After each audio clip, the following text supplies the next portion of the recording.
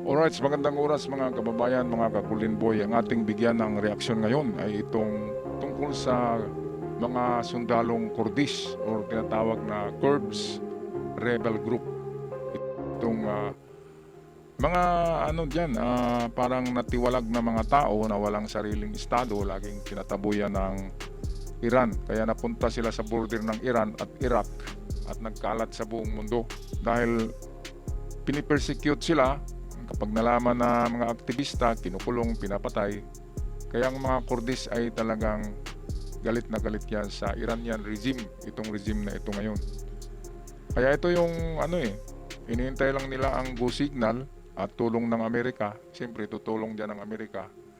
Dahil tutulong din ang Kurdish sa paglinis ng ground. Itong final assault yan yung linisin yung lahat ng lupa, mga buildings, mga kabahayan, mga undergrounds, papasukin yan ng mga Kurdish.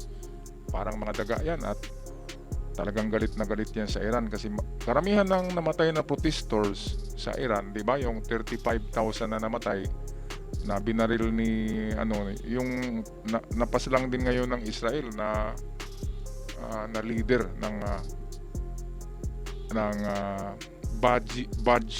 Bazi group yata yun, yung paramilitary ng Iran na namamaril noong protesta. Karamihan doon sa namatay na 35,000 at binitay na 800 na Iranian ay mga Kurdish pala yun.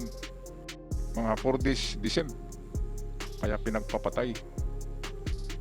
Kaya ito, galit na galit ang Kurds. Lahat ng mga Kurdish people sa buong mundo, in Australia, in Europe, in Amerika, ay nagsiuwian na ngayon at nagbumili ng kanilang mga sariling armas at handaan ng lulusob kapag may go signal na from Israel at US at tutulong sa kanila ang US at Israel ay aatake talaga yan at kanilang kung sa English pa ay bigyan ng justice yung namatay nila ng mga kamag-anak. Vengeance ang gagawin nila dito. At yan ang mahirap kapag ang may kulo sa dugo. Yan ang mahirap na harapin ang mga tao na galit dahil sa pinaggagawa ng Ayatollah regime ni Ali Khamenei.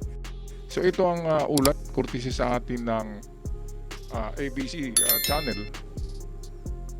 Ito yung napakatapang na news correspondent na pumasok sa teritoryo ng mga Kurds. So ito ang video atin na panoorin. Are we talking about days, weeks, months? When do you think the offensive will start? The situation is telling us that it will definitely be in the coming days or weeks. For security reasons, we can't tell you everything. They won't tell us how many fighters they have, but they say they're pouring in from around the world. This may be their best and only chance to seize control of Kurdish majority areas in western Iran. They've come from most of the European countries, Canada, Scandinavian countries. I myself was living in the UK and I've come back. Ito pala, may mga trabaho pala yan sa Europe, sa UK, Australia, Canada, Scandinavian. Pero umuwi talaga sila para makipagbakbakan. Parang sa Ukraine na nangyari, di ba? Kukunti lang naman ang population ng Ukraine, pero yun pala. Nang mag-umpisa ang gira ay nagsiuwian Ganun talaga ang mga patriot, no? Mga patriotic people. Ang Pilipino kaya, mga kababayan, kapag pinasok kaya tayo ng China, magsiuwian kaya yung mga nasa Taiwan, yung nasa Japan, nasa Amerika, nasa Europe na mga Pilipino, at hawak kaya ng armas? Hawak kaya sila? Ganito ba ang ating mentality? Parang mga tayo ngayon Parang mga sigurista tayo ngayon Hindi tayo ganito na mga patriotic, kandang bakbakan para sa kanilang lupa, sa kanilang bansa, sa kanilang teritoryo. Tayo hindi Si Marcolita ay pinamimigay ang teritoryo natin sa China Hindi siya makipagbakbakan. Si Marcolita, sabi niya, bakit tayo makipagpatayan sa Kalayaan Group? Hindi atin yan, bigay natin sa China. Yung ganong klaseng prinsipyo, marami ang ganon sa Pilipinas na Pilipino. Yan ang tinatawag na mga traidor. at tinatawag na mga makapili noong World War II. Yung mga makapili, yun yung mga nagpapasakop sa Japan noon na tinuturo ang mga Pilipino na anti-Japanese. Ayun yung katulad ni Marcolita. Yung mga ganun. Kaya maraming naniniwala kay Marcolita, lalo na yung mga kulto na sinasabi na bumuto sa kanya ng mga kulto. Alam niyo kung anong kulto yan.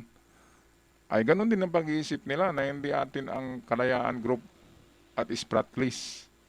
Talagang nililihis nila eh. Kaya nga ang China ngayon nagpahayag sa kanilang tabloids na sumuko na daw ang Pilipinas dahil sa sabi ni Marcolita, isusuko na daw yung Kalayaan Group sa China. Yun ang pinalabas nila sa kanilang newspaper ngayon sa China. Oh, nakita niyo ang impact ng sinabi ni Marcolita. Senador kasi yan eh. Kaya sa China, si Marcolita ay isang hero ng mga Chinese, mga kababayan. Kaya pagdating ng gera, saan kaya magsuot kaya si Marcolita ng uniform ng Philippine Army? Mukhang China yata ang isusuot niya eh, mga kababayan. At kapag nakita niyo si Marcolita nakasuot ng Chinese uniform, anong gagawin niyo? At kayo nakasuot ng uniform ng Pilipinas, di ba? Mukhang friendly yata, di ba? Baka magkaroon ng friendly fire eh. Okay, so patawa lang yan ha, baka magalit si Marcolits. Okay, balik tayo dito sa balita tungkol sa paghahanda ng mga Kurds people. Mga civilian pala to na naging milisya para atake daw sila sa Iran eh. In a perfect time. Ito lang yung inintay nila eh, na may go signal. Okay, balik tayo sa balita. Any Australians? Yes, our people in Australia have talked to me and they've decided to come back. Bezad Ali Mohammadi is a 53-year-old former bus driver who lives in Norway. My country is here, is Kurdistan. I am from Kurdistan because I have good life in Norway, but there is not my country. This is my country. But you could die in this offensive. Yes, absolutely, yes. Salam Rashidi has travelled from Germany. Our goal is to end the occupation of Kurdistan by the Iranian regime. For 47 years, they've carried out a war on the Kurdish people on our own land. Kaya wala silang teritoryo. Parang mga gypsy, no? Naka-ano lang eh. Yung mga bahay nila, temporary lang. Pagdating naman sa mga Kurdistan, may mga Kurdis sa labas ng kanilang bansa, di ba? Mayroon namang mga boxer na Kurdistan. Mayroong mga MMA fighter na Kurdis, di ba? Kaya marami pala niyan sa labas ng bansa. At nagsiuwian na sila ngayon, ha? Nagsiuwian, nagsibalikan. Kaya ito yung ini-interview na mayroon silang magandang trabaho sa labas. Pero umuwi talaga sila para i-claim ang kanilang lupa. Makipagbakbakan sila diyan sa Iran. Lalo na ngayon na pilay na talaga ang Iran. Pilay na pilay. Wala na. Ubos na ang lahat ng matataas na opisyal. Ubos na talaga. Ang natira na lang diyan ay yung mga substitutes. Yung parang layer by layer kasi yan eh. Tinatawag na mosaic strategy ng Iran.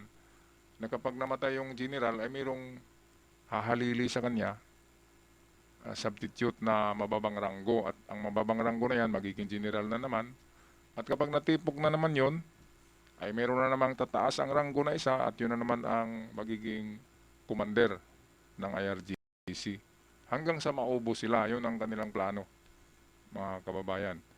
Okay, so tapusin na natin ang balitang to courtesy ng CBN News Australia. We want to end this. Despite making up 10% of the population, the Kurdish minority has long been persecuted by Iran's clerical government.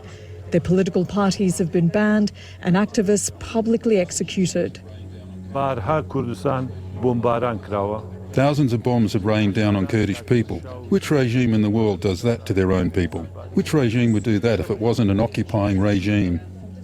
Reza Kabi is a senior Iranian Kurdish opposition figure from the Komala party.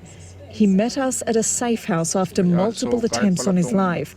He suspects by the parang, Iranian government. leader interim, parang interim presidente ng Kurds ay pinaghahabol siya.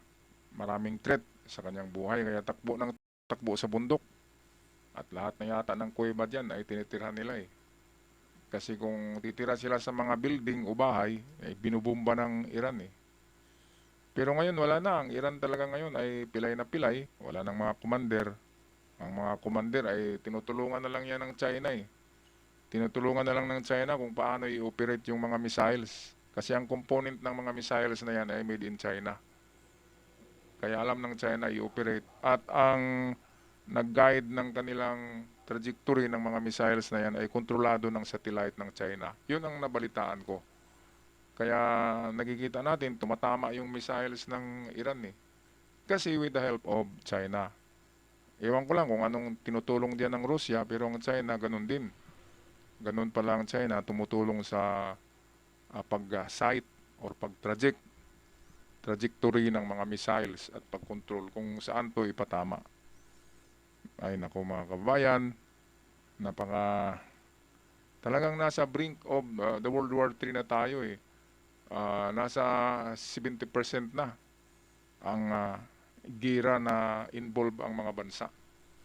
At kapag aabot na yan sa 100% na lahat na ng bansa ay involved na, yan ay ang panahon na tatawagin na natin yan na the World War III. Sa ngayon ay talagang feel natin ang paghihirap dahil sa gasolina. Isipin niyo bigas, ang laki ng pagtaas ng bigas eh. 10 piso ang tinaas sa bawat kilo, gasolina ay ilang piso na ba? Mga 40 pesos na yata. 30 pesos ang pagtaas ng gasolina bawat litro. At hindi lang yan, pamasahe lahat na tumaas na. At magsitaasan pa yan sa susunod na linggo. Kapag hindi natapos yung Strait of Hormuz na yan na dilema, na problema, ang Strait of Hormuz kasi yan talaga ang nabara eh. Kapag hindi yan nabuksan, patuloy ang krisis sa buong mundo, damdam ng lahat ng Pilipino yan. Hindi lang Pilipino, ng buong mundo nga, mga kababayan. Kaya dapat tulong-tulong itong mga malalaking bansa na to, Germany, UK, France, yan kasi yung malakas na military. Ang Japan, nandyan lang naman, naka-standby lang yan. Pilipinas, anong maitulong natin? Dasal na lang siguro, dasal na lang tayo. Mga mangkukulam, marami tayong mangkukulam eh. Dasal na lang tayo, mga kapwa Pilipino. Okay, so ako'y magpaalam na. Maraming salamat. Good luck sa mga Kurdish people para sa kanilang itong gustong mangyari para sa kanilang liberation ng kanilang estado. Good luck sa Kurdistan. Magpaalam na. Huwag kalimutan mag-subscribe sa mga bago pa lamang. Malaking tulong yan sa ating channel. Hanggang sa muli. Paalam at ingat ang lahat.